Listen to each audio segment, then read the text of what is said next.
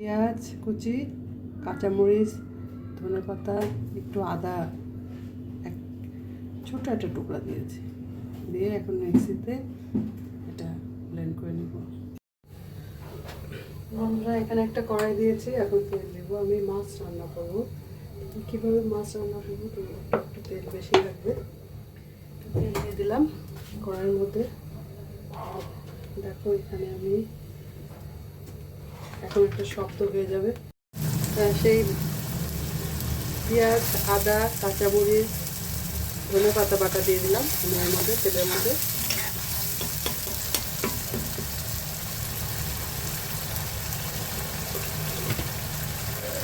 রসুন দিয়ে দিলাম। এটা ভালো করে ভাজা হবে। তারপরে আর এখানে দেখো আমি হলুদ, লবণ, মরিচের গুঁড়া, জিরার গুঁড়া, লবণ, হলুদ, মরিচের গুঁড়া, জিরার গুঁড়া, ধনিয়ার গুঁড়া দিয়ে মাছগুলো মাখিয়ে নিলাম। এত মাছগুলো একটা করে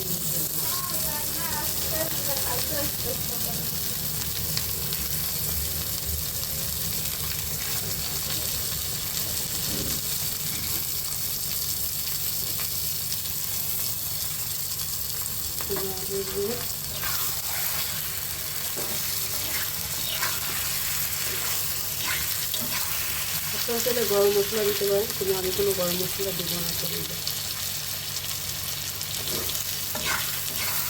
অনেকে টক দই দেয়,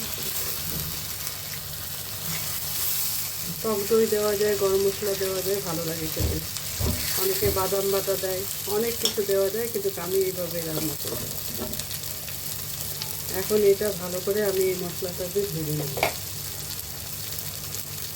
আমি ঝোলের পানি একটু দিয়ে দিয়েছি, কষানো হয়ে গেছে, তখন একটু ঝোলের পানি দিয়েছি অফ ক্যামেরায়। আর এই যে টমেটো দিয়ে দিলাম, টক টক যে টমেটোগুলো, সেই টমেটোগুলো দিয়ে দিলাম। এখন যে যেভাবে খায় সেভাবে নামাবো। কেউ যদি একটু মাখা মাখা খায়, যে ঝোল খেতে চায় ঝোল ঝোল নামাবে। তো দেখো আমরা একটু ঝোল ঝোল খাই আর কি, আর একটু হলে আমরা নামিয়ে ফেলবো আর কি। আর যেহেতু ধনে পাতা, কাঁচামরিচ সবই দেওয়া আছে, আমি আর কিছু দিলাম না। আর এটা সয়াবিন তেল দিয়েও করা যায়, সরষের তেল দিয়েও করা যায়। আমি ঘরে থাকা সিম্পল জিনিস দিয়ে করে ফেললাম সব কিছু। এখন পরিবেশন করবো সবাইকে। সবাই ভালো থাকবে, সুস্থ থাকবে। আল্লাহ হাফেজ।